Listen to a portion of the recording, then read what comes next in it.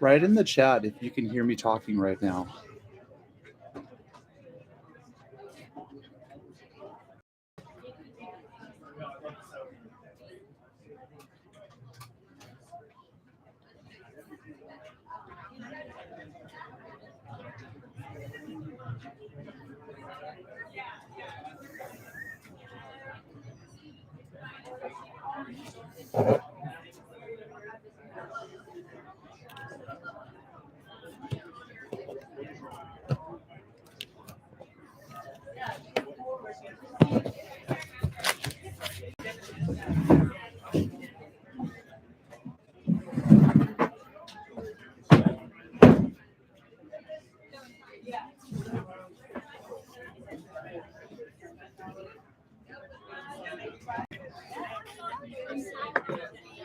That was not our first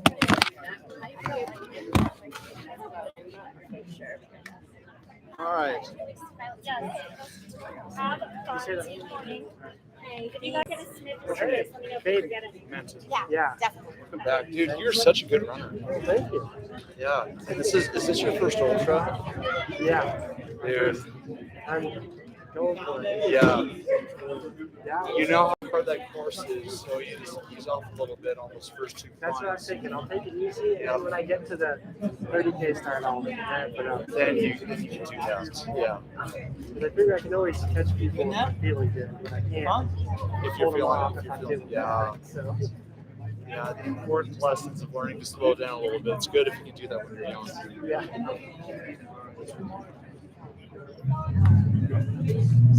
Yeah, I was gonna say the 100-milers portion. Yeah.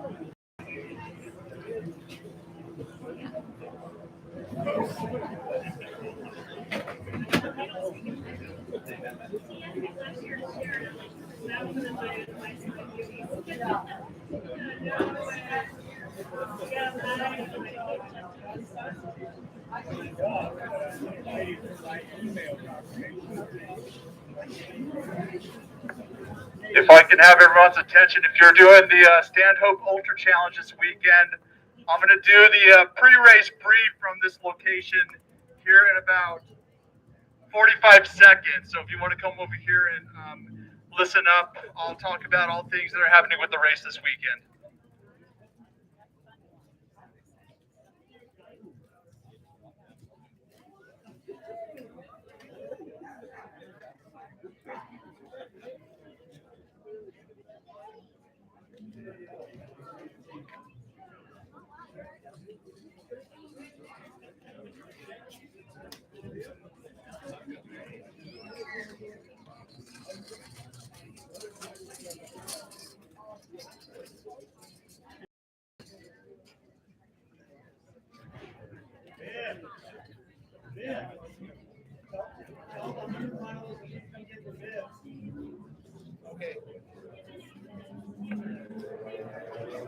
All right, everyone.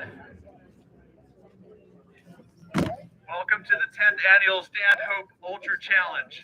Give yourselves a big rumble. It's really warm out, isn't it? First things first, 100 milers, if you haven't grabbed your bib, go grab your bib now because we're starting in just less than an hour now. So this is our first year adding a 100-mile trail race to our existing 60K and 30K. We have 23 pretty phenomenal people signed up for it. Raise your hand and be recognized if you're doing the 100 right now. Yeah, give those people a big round of applause.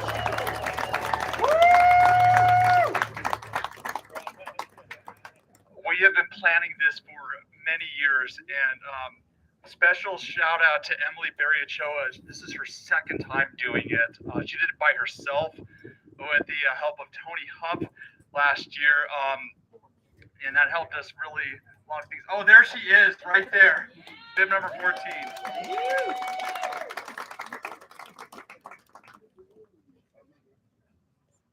Sturt Events is the reason we're able to host this thing here this year. Give Sturt Events a big shout out. Thanks, Sturt Events. Buy their stuff. They got stuff in there. I think there's a race discount for us. The community school is doing the aid station for 270 people at Surprise Valley. Give them a rumble.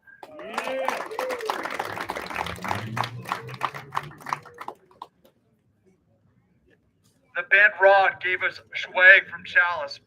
Thank you, Bent Rod. Give Bent Rod a big rumble. Thank you. The Pulse Running and Fitness Shop. Give them a rumble. They gave us some swag as well. Lizzie's Fresh Coffee. Do we have coffee for people tomorrow, Mary? Yes, we do. Yes. We got 3. Okay. Word phone. Nourish Me. They're a store that's right down the way from here. They have a bunch of supplements that are cool. Give a round of applause for Nourish Me. We will have Honey Stinger products out there on the course. Give Honey Stinger a round of applause for their help. G2O Running, which is operated by Paul Lynn, who's the race director for the River of No Return Endurance Run. They will be doing the aid station at PK Pass for the 100. Give them a rumble.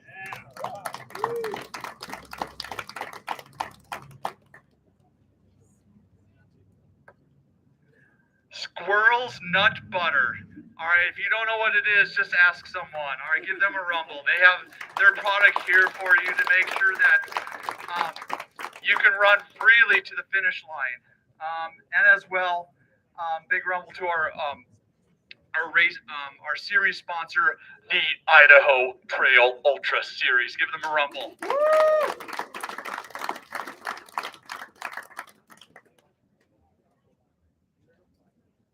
I love this phone because I can stay organized with it.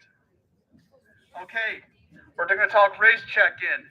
All right, you have to have an ID. We need you to show that you are the person that signed the waiver and signed up for the race. So when you check in for the race, you have to do that to get your bib number. Okay, you'll get your bib number at the start line. So show up in plenty of time for that to happen. Tomorrow morning we will have things opened up. Hopefully before 5, ready for 60K runners to do their race check-in. 30Kers, try to be there by 7:30 if at all possible. Have your ID. All right. Now, when we're talking aid stations, when you get to your aid station, we have to have a time for your bib number going through that aid station. If we don't have that, we think you are lost on the course, and that is really bad. We don't want that. Then we go through our protocol for lost runner, which is 9 steps that we go through. So make sure that a person at the aid station gets your bib number. It should be visible from the front.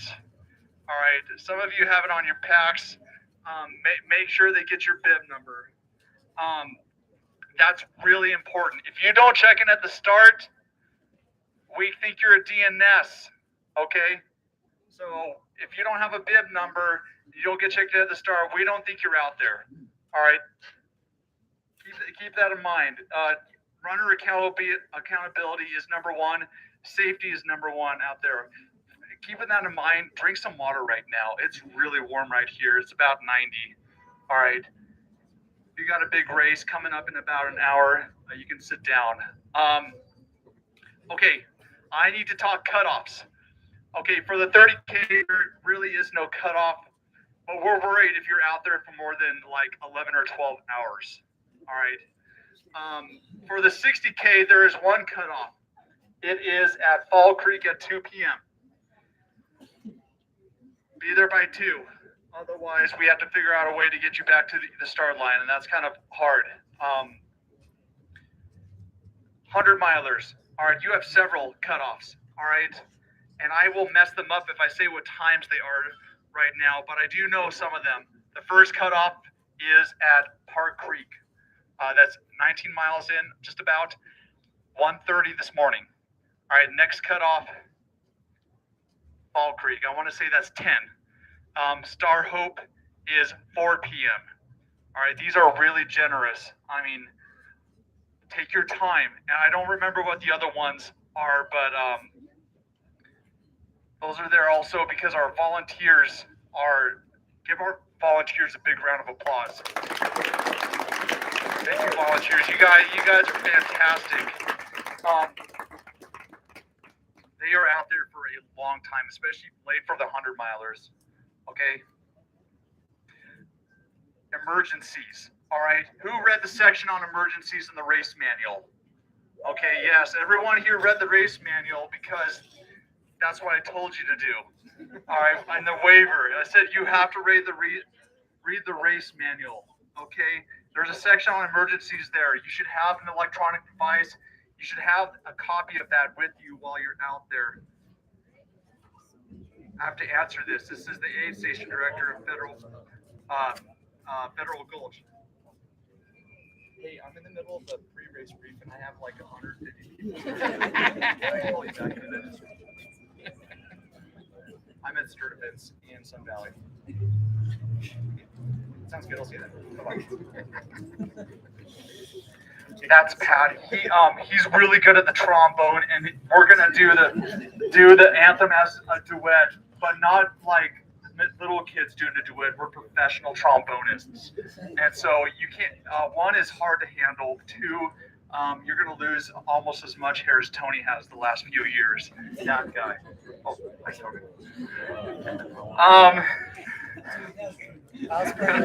Okay, emergencies. Read the race manual on what to do. You should have that with you during the race.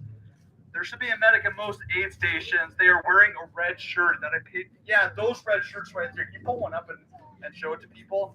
Yes. If they say, hey, you got to drop out of the race, you're done.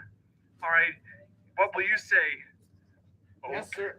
Yes. Okay. Or yes, ma'am. Or say, okay, race medic, I will do that. All right, another phone call. Okay, I'll deal with it later. All right. They can drop you at the aid station. You have to be willing to say yes to that. Okay, and those are we don't take those decisions lightly because the race entry, it's a bit of money. We know you guys invest a lot in just coming out of this. We want to make sure everyone comes off the course alive. Okay, that's number one. We have these things out there. Our talk course markings. We have little sprinkler flags. They might be orange, they might be pink. They should have reflective stuff on them too. Everything's got reflective stuff on it because some of you are insane enough to sign up for the 100. We have wrong way signs at some of the junctions. We have right turn signs. We have left turn signs. I couldn't find any in there. We have 700 little clips like this that have tape on them. You'll see wrong way tape at the junctions. Follow the directions carefully. If you get this is the low ball number. We will do a minimum of 5 course markings every mile, at least every 5th of a mile. That you can be pretty much guaranteed of. It might be a little bit more than that though on some of the road portions, because the roads it's a little bit trickier doing that when there's a lot of traffic. Okay. The course, there are lots of electronic versions. We marked pretty stinking close to those to make sure that we were going to have enough course markers out there for y'all. If you get to a section where you're not seeing them for a while, turn around and go back and look for them. But we have tried to flag that course pretty heavily. But have your wits about you, because it's the mountains and it's beautiful, and you'll be focused on having a good time and not worrying about getting lost. Well, we all worry about getting lost, but yeah. Okay. Porta Johns. We have one here. Try not to use it too much. We have 2 of them up at Park Creek. Try not to use the vault toilets in Park Creek Campground. Save those for the people that are paying to camp there. We have a couple of Porta Johns at Fall Creek. Try not to use the vault toilet at Park Creek. At Fall Creek.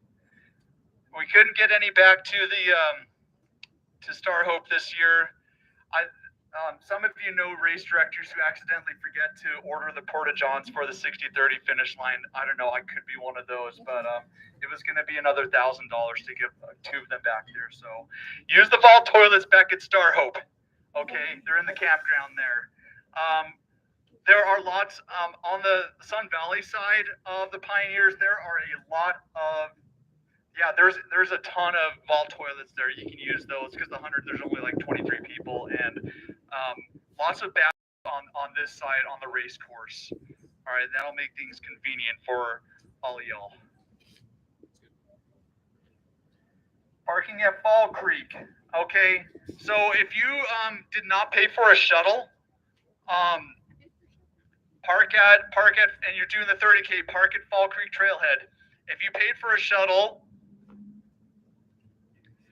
park 4 miles north of it at the turnoff for the Copper Basin, and there is a sign there that says shuttle parking.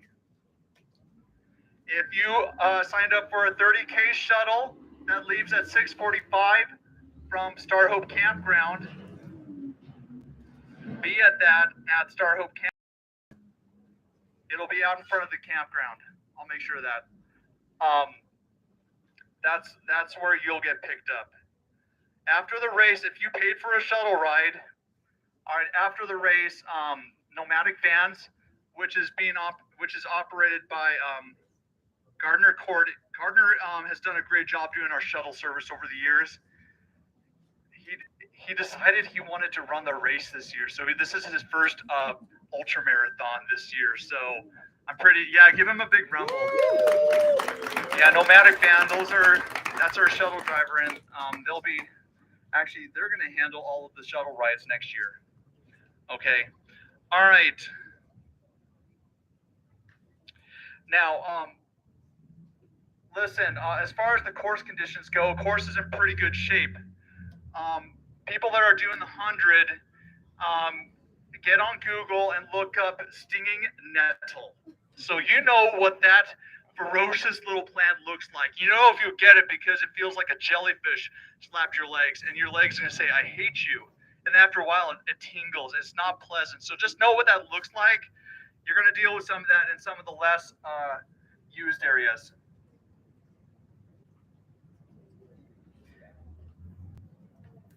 Okay, flagging. Raffle.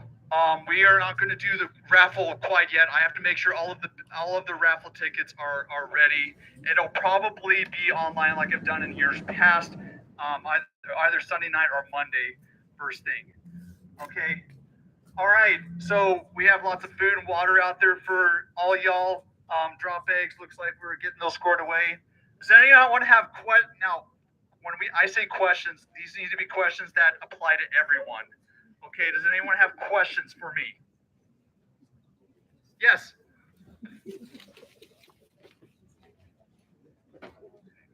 Yeah, Mike Pistaski. Bib number 22. Yeah, Mike, you're number 1. What do we need? Mike, come get your bib number. He was here already. Where's Mike Pistaski at? He's here. I saw him a while ago. Number 22, Joe Vigil from Longmont, Colorado. If he's here, I'll try calling him if we don't see him. I found the Garmin InReach Mini. Okay, questions for me from anyone?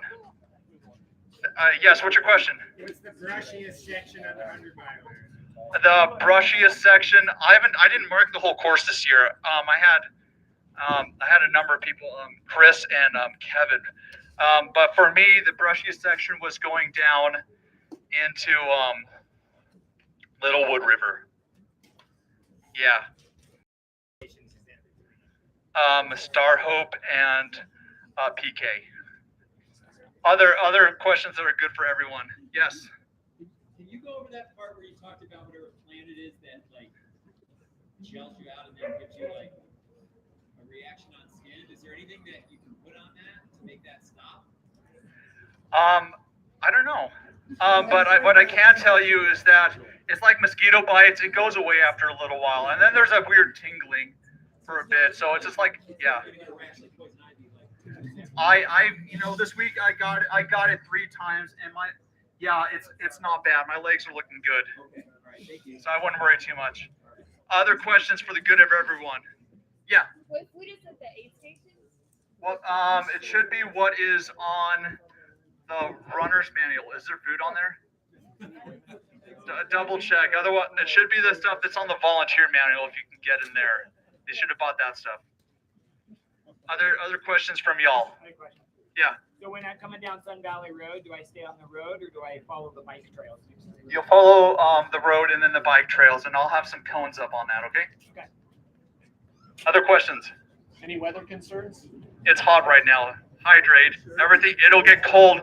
Guys, it's mountain weather. There's a vertical mile between the lowest and the highest spots. It's almost hard rock-esque. Anyway, so yeah.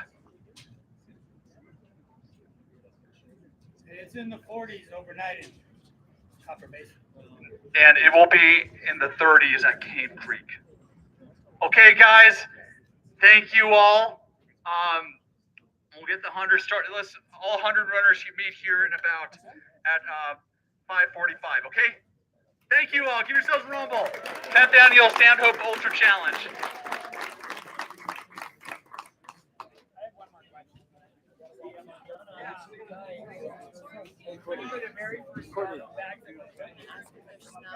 Yeah, they got taken.